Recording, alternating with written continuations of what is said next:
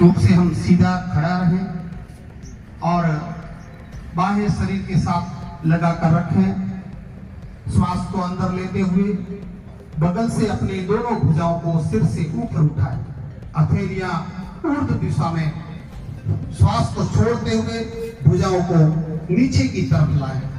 अपनी भुजाओं को नीचे की तरफ लाएं। उंगलियों को मिलाते हुए दोनों हथेलियों को पूरी तरह खुला रखें। द्वितीय चरण में स्कंद चालन होगा।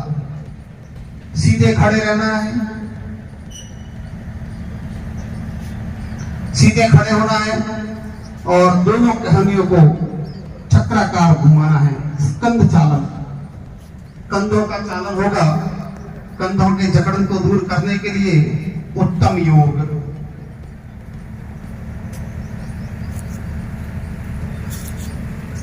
अपनी जो कोहनी है उनको वक्ष स्थल के सामने स्पर्श कराने की कोशिश करें।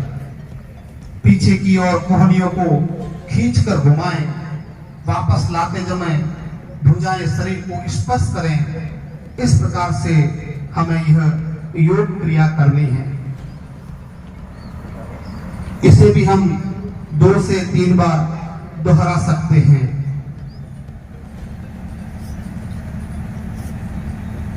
यह योगाभ्यास गर्दन की, रीढ़ की हड्डी की अपकर्षक अर्थात सर्वाइकल जो पेन है उसमें हमें राहत प्रदान करता है। कटी चालन। अब हम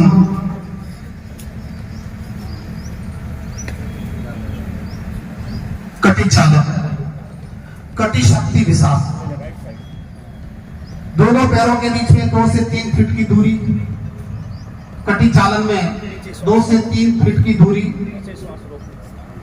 दोनों भुजाओं को कंधों की सीध तक उठाएं। इस समय दोनों हथेलियां समानांतर हों। श्वास को बाहर छोड़ते समय शरीर को बाईं ओर घुमाएं जिससे कि दाईं हथेली बाएं कंधे को छुए। श्वास को अंदर लेते हुए पूर्व स्थिति में वापस आ जाएं। श्वास को बाहर छोड़ते समय शरीर को दाईं ओर घुमाएं जिससे कि बाईं हथेली दाएं कंधे को छुए। श्वास को अंदर लेते हुए पूर्व स्थिति में आना है। आप मंच की ओर ध्यान रखते हुए योगी क्रियाएं कराएं। इस तरह से हमारा कटी चालन एक चक्र पूर्ण होता है। घुटनों को मोड़े, शरीर को आधे बैठने की स्थिति में लाना है। अर्थात जिस प्रकार से हम एक चेयर पर, कुर्सी पर बैठते हैं, इस स्थिति में हमें जाना है। श्वास को शरीर के अंदर ग्रहण करते हुए शरीर को सीधा रखना है। श्वास छोड़ते हुए हाथों को वापस नीचे लाना है। उसी सम स्थिति में आना है। अब हम खड़े होकर के किए जाने वाले जो आसन है उसमें हम ताड़ासन की ओर जाएंगे।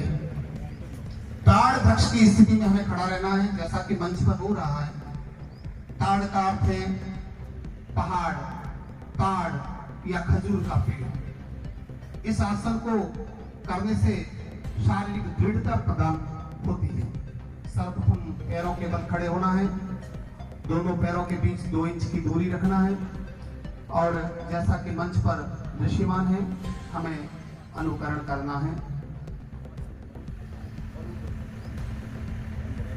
भुजाओं को ऊपर ले जाने के साथ साथ पैर की एड़ियों को जमीन से ऊपर